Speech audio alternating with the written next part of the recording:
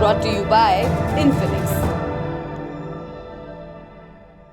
Infinix smartphones पे आ रही है सेल फिर एक बार। पगली, सेल अभी बाकी है।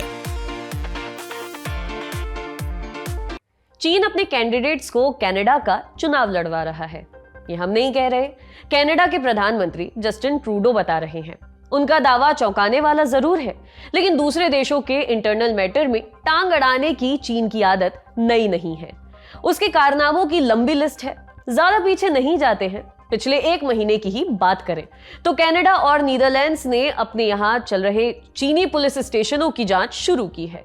रिपोर्ट्स हैं कि चीन इन देशों में चुपके से अपना पुलिस थाना चला रहा है। उसकी अपनी पुलिस है जो चीनी मूल के नागरिकों पर पूरा जोर आजमाती है। चीनी पुलिस विदेशी जमीन पर बाकायदा ऑपरेशंस भी चलाती है। तो हम आज बात करेंगे कनाडा के चुनाव में चीन ने क्या कांड किया और चीन दूसरे देशों के इंटरनल मैटर में इतनी दिलचस्पी क्यों लेता है। नमस्ते, मेरा नाम है हर्षिता और आप देख रहे हैं लल्लन टॉप का अंतर्राष्ट्रीय प्रसंगों से जुड़ा रोजाना का कार्यक्रम दुनियादारी।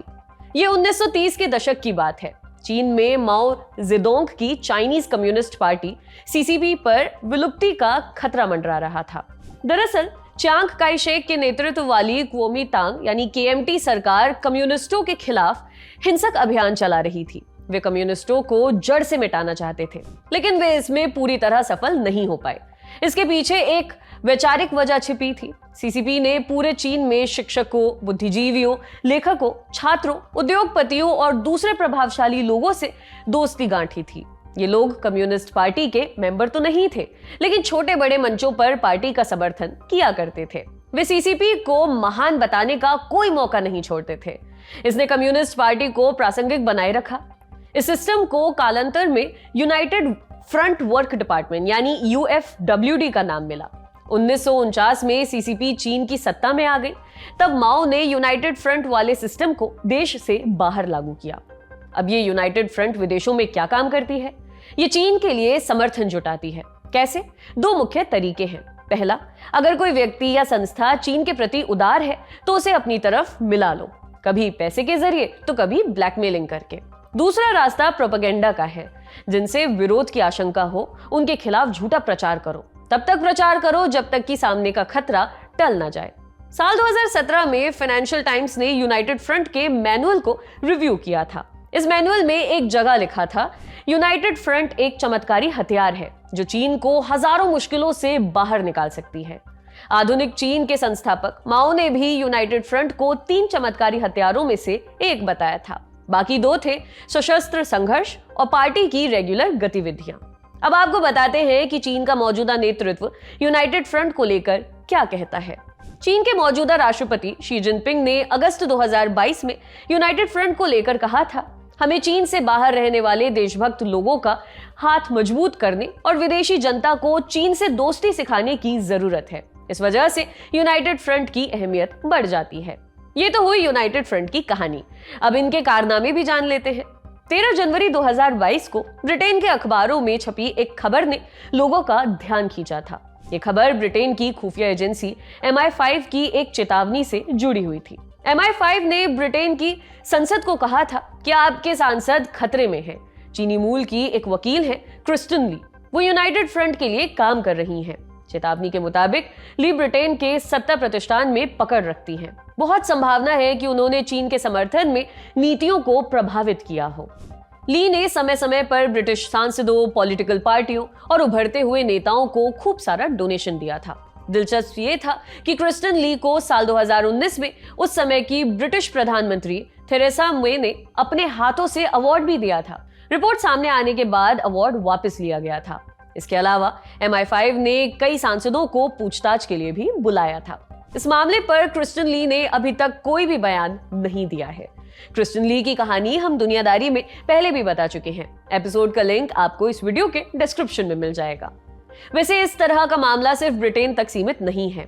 इसका दायरा एशिया से लेकर अमेरिका, अफ्रीका और ऑस्ट्रेलिया तक फैला हुआ है। 5 उदाहरणों से समझने की कोशिश करते हैं।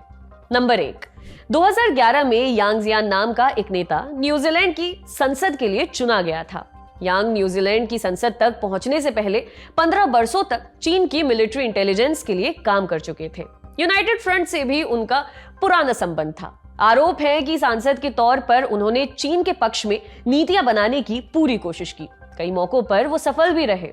नंबर 2, दिसंबर 2017 की गार्डियन की रिपोर्ट के अनुसार सीसीपी से जुड़े दानदाताओं ने ऑस्ट्रेलिया के कई दिग्गज नेताओं को डोनेशन दिया था। इसके बदले वे ऑस्ट्रेलिया की चीन नीति को प्रभावित करना चाहते थे। जानकारी बाहर आने के बाद लेबर पार्टी के सेनेटर सैम दस्तारी ने अपने पद से इस्तीफा दे दिया था। नंबर 3, जनवरी 2020 में ताइवान में राष्ट्रपति चुनाव हो रहा था। उस समय चीन ने ताइवान के मीडिया संस्थानों पर दबाव डाला था कि वे उसके पसंदीदा उम्मीदवार हान क्योयू के पक्ष में खबरें छापें। इन कोशिशों के बावजूद हान चुनाव हार गए। नंबर 4, डेमोक्रेसी इन अफ्रीका की दिसंबर 2021 की एक रिपोर्ट गौर करने लायक है। इसमें बताया गया है कि चीन 3 तरीकों से अफ्रीकी देशों की राजनीति को प्रभावित कर रहा है: पैसों का निवेश, कम्युनिस्ट सिस्टम का प्रचार प्रसार और तीसरा रास्ता चीन के प्रति हमदर्दी रखने वाले नेताओं को बढ़ावा देकर। इसी रिपोर्ट के अनुसार चीन ने साल 2018 में सिएरा लियोन के राष्ट्रपति चुनाव में ऑल पीपल्स कांग्रेस यानी एपीसी की हर तरह से मदद की थी। चीनी मूल के नागरिकों को पार्टी की रैलियों में लाया जाता था। चीन अपने आधिकारिक हैंडल से उनके वीडियोस भी रिलीज करता था। अब बारी नंबर 5 की। ये केस ताजा तरीन है। अमेरिका में सांसदों और गवर्नरों का चुनाव होने वाला है। इसे मिड टर्म इलेक्शन के नाम से भी जाना जाता है। By the way, mid term पर दुनियादारी की एक मास्टर क्लास बहुत जल्द आपके सामने आने वाली है। आज हम इसके चीन कनेक्शन पर बात करेंगे। कई इंटेलिजेंस रिपोर्ट्स में दावा किया गया है कि चीन फर्जी सोशल मीडिया अकाउंट्स के सहारे अपने मन के उम्मीदवारों के पक्ष में माहौल बना रहा है। इसके अलावा वो time, Los Angeles times, US today, CNN जैसे प्रतिष्ठित मीडिया संस्थानों में पेड आर्टिकल्स भी छपवा रहा है। कई दफा इन आर्टिकल्स में पेड का मेंशन भी नहीं होता। एफबीआई की रिपोर्ट है कि चाइनीज हैकर्स ने साल 2016 और 2018 के चुनावों में झूठी खबरें प्लांट की थी। ब्यूरो ने आशंका जताई है कि इस बार के मिड टर्म इलेक्शन पर भी खतरा मंडरा रहा है। अमेरिका के लोगों को इसके लिए तैयार रहना चाहिए। अब बात हैकिंग की आ गई है तो एक और अपडेट दे देते हैं। रूस पर इस तरह के खूब सारे आरोप लगते हैं कि उसने 2016 और 2020 के राष्ट्रपति चुनावों में धांधली की कोशिश की। अभी तक रूस इन आरोपों से इनकार करता था, लेकिन 7 नवंबर को पुतिन के एक करीबी ने इस आरोप को स्वीकार कर लिया। पुतिन के शेफ के नाम से मशहूर अलेक्जेंडर प्रिगोजिन ने रूसी सोशल मीडिया पर पोस्ट किया, हमने अमेरिका के चुनाव में दखल दिया। हम दखल दे रहे हैं और आगे भी देते रहेंगे। हम ये काम अपने तरीके से करते हैं। हमें अच्छे से पता है कि ये कैसे होता है। अब आज की कहानी की तरफ चलते हैं। आज कनाडा की बात होने वाली है। 7 नवंबर 2022 को कनाडा के अखबार ग्लोबल न्यूज में एक रिपोर्ट छपी। कनाडा की खुफिया एजेंसी है कैनेडियन सिक्योरिटी इंटेलिजेंस सर्विस यानी CSIS। रिपोर्ट के मुताबिक CSIS जनवरी 2022 से प्रधानमंत्री और कैबिनेट को चीन के खेल के बारे में आगाह कर रही है। खेल क्या है? चीन 4 तरीकों से कनाडा के पॉलिटिकल सिस्टम को प्रभावित कर रहा है। CCP के प्रति उदारता बरतने वाले उम्मीदवारों को चुनाव लड़ने में मदद देकर, सांसदों के दफ्तर में अपने एजेंट्स बिठाकर, रिटायर्ड अधिकारियों को घूस देकर और उन नेताओं के खिलाफ प्रोपेगेंडा कैंपेन चलाकर जो चीन के लिए खतरा बन सकते हैं। ग्लोबल न्यूज की रिपोर्ट में दावा किया गया है कि चीन से जुड़ी संस्थाओं ने 2019 के आम चुनाव में कम से कम 11 कैंडिडेट्स को पैसे दिए। इनके नाम के बारे में अभी कोई जानकारी बाहर नहीं आई है। इस वजह से ये पता लगाना मुश्किल है कि इन पैसों का असर क्या हुआ, कितने जीते या कितने हार गए। हालांकि इतना जरूर पता चला है कि पैसा लेने वाले कैंडिडेट्स विपक्ष और सत्ता पक्ष दोनों तरफ के हैं। कनाडा में फिलहाल लिबरल पार्टी की सरकार है, कंजर्वेटिव्स मुख्य विपक्षी पार्टी है। CSIS की ब्रीफ में यह भी कहा गया है कि पैसे ट्रांसफर करने का आदेश टोरंटो में चीन के दूतावास ने दिया था। कई चीनी एजेंट्स ने इन उम्मीदवारों के लिए कैंपेन भी किया था। अब ये भी जानिए कि इस रिपोर्ट पर कनाडा सरकार ने क्या कहा है।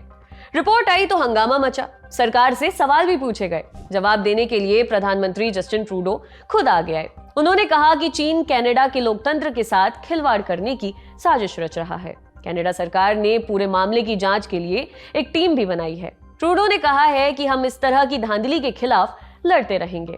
अब चीन का क्या बयान आया है, ये भी जान लीजिए। चीनी विदेश मंत्रालय के प्रवक्ता चाओ लिजियान ने इन आरोपों को सिरे से नकार दिया है। उन्होंने कहा कि हमें इससे कनाडा के चुनाव में कोई दिलचस्पी नहीं है। कनाडा को इस तरह के बयानों से बचना चाहिए जिससे दोनों देशों के रिश्ते खराब हो सकते हैं। कनाडा के चुनाव में चीन के हस्तक्षेप की रिपोर्ट उस समय सामने आई है जब कुछ दिनों पहले ही कनाडा ने अवैध चीनी पुलिस स्टेशनों की जांच शुरू की है। इस तरह के चीनी पुलिस स्टेशनों से जुड़े खुलासे यूरोप के कई और देशों में भी हुए हैं। नीदरलैंड्स और आयरलैंड ने आधिकारिक तौर पर इन पुलिस स्टेशनों को बंद करने का आदेश भी दिया है। चीन में गायब होने वाले लोगों पर नजर रखने वाले संगठन सेफगार्ड डिफेंसर्स ने सितंबर 2022 में एक रिपोर्ट रिलीज की थी। इसके अनुसार चीन 30 से अधिक देशों में कम से कम 110 अवैध पुलिस स्टेशन चला रहा है। इनके जरिए चीन सीक्रेट ऑपरेशंस भी चला रहा है। ये पूरी तरह से अवैध है, लेकिन वो चीन ही क्या जो वैधता की चिंता करे। दुनियादारी का सिलसिला यहाँ होता है पूरा, लेकिन विदा से पहले 2 नए सिलसिलों की जानकारी आपको देनी है। इस बार का लल्लन टॉप अड्डा हो रहा है नई दिल्ली के मेजर ध्यानचंद नेशनल स्टेडियम में। तारीखों का गोदना बना लीजिए, 18, 19 और 20 नवंबर। रजिस्ट्रेशन के लिए आपको जाना होगा द लल्लन टॉप ऐप पर। वहां आपको स्क्रीन पर ही लिंक मिल जाएगा। सिर्फ अड्डा ही नया नहीं है, क्विज भी नई है। द लल्लन टॉप क्विज फिर से शुरू हो गई है, जिसे आप लाइव खेल सकते हैं सोमवार से शुक्रवार रात 9 बजे। क्विज खेलने पर इनाम भी है। हर दिन टॉप 50 विजेता चुने जाएंगे, जिन्हें तुरंत 100 रुपए का इनाम भेजा जाएगा। तो देर किस बात की, डाउनलोड करिए लल्लन टॉप ऐप और खेलना शुरू कर दीजिए। आपके ज्ञान की गहराई नापने के लिए आ गई है लल्लन टॉप क्विज। मौके पर दो जवाब और मौके पर ही पाओ इनाम। सोमवार से शुक्रवार रात 9 बजे सिर्फ लल्लन टॉप ऐप पर। याद रखो कक्का की बात जो कही गई है, नॉलेज पर हाल लगाओ हाल फायदा, दे लगाओ का फायदा। तो फटाक से डाउनलोड करो लल्लन टॉप ऐप और आ जाओ 9 बजे क्विज खेलने के लिए हमारे साथ।